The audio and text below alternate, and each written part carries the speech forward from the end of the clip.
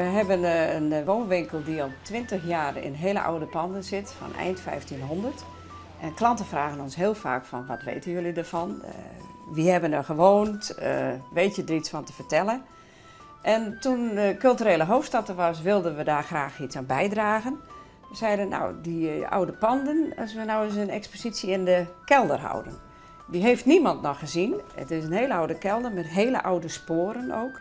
Dus ja, zo is het begonnen. Ja, het was een kelder, ja, donkere kelder. Er zat van alles in. Hier stonden oude tafels, bedden, en, opslag van de winkel, heel veel. Ja, er was een heel klein paadje nog tussendoor waar we doorheen konden.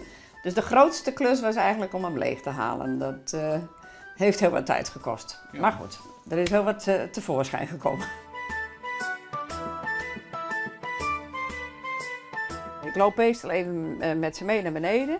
Ik laat even een paar hoofdlijnen zien en dan zet ik het filmpje aan en dan ga ik er weer uit. En na een aantal minuten komt men boven en dan, als ze enthousiast zijn, dan hebben we het er even over. Ja.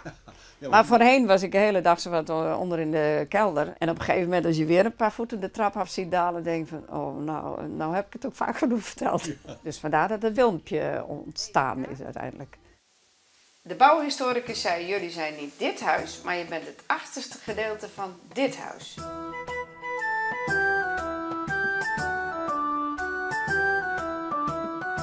Nou, we wisten dat het een oude kelder was aan de hand van de koopakte. Eentje van 1627. En daarin stond dat er een blauwverver zat hier. En ja, blauwverver die verfstoffen, een hele grote kuipen. Maar daar had hij onder andere dan ook nog weer urine bij nodig. Want dat is water en daar zit een gedeelte ammoniak in. En daardoor hecht de kleurstof zich weer beter aan het textiel. Maar we hadden ook allerlei vondsten gedaan in een oude put. En die vondsten die hebben we door het Keramiekmuseum en Art Lewert, de werkgroep, laten beoordelen. Het was heel leuk, die zeiden gelijk van, hé, dit is een pispotje. En dat is er eentje. En dat is ook een pispotje. En dat is een steek. En daarachter zit nog het handvat van de steek. En ze kwamen uit de tijd van de blauwverver. De urineaanslag zat er nog in. Dat maakt dat hier een verhaal komt en dat mensen eigenlijk voelen van, hé, die man was hier aan het werk. Hij gebruikte deze voorwerpen. En daar, ja, daar ben je 400 jaar terug. En dan weet je hoe het toeging toen. Je kunt het wel een soort van keldertik gaan noemen. Ook in Leeuwarden, als we ergens een bakje koffie drinken, mensen vragen we heel vaak van, hebt u ook een kelder? Nou, zo zijn we al in heel wat verschillende kelders geweest. Soms durven de mensen er niet in omdat er veel muizen zijn, maar...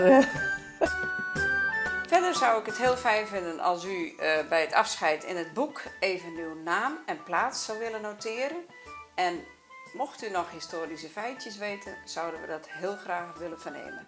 Ik word heel vaak bedankt. Er komen we heel vaak nog een hand geven na afloop van wat fijn dat u deze kelder met ons hebt willen delen, zeggen ze dan. Nou ja, dat is altijd heel leuk om mee te maken. Ja. Ja, maar hebben ze dan niet nog wel enig voor de winkel? Nou, het is vaak zo, mannen hebben toch vaak wat minder belangstelling voor de winkel.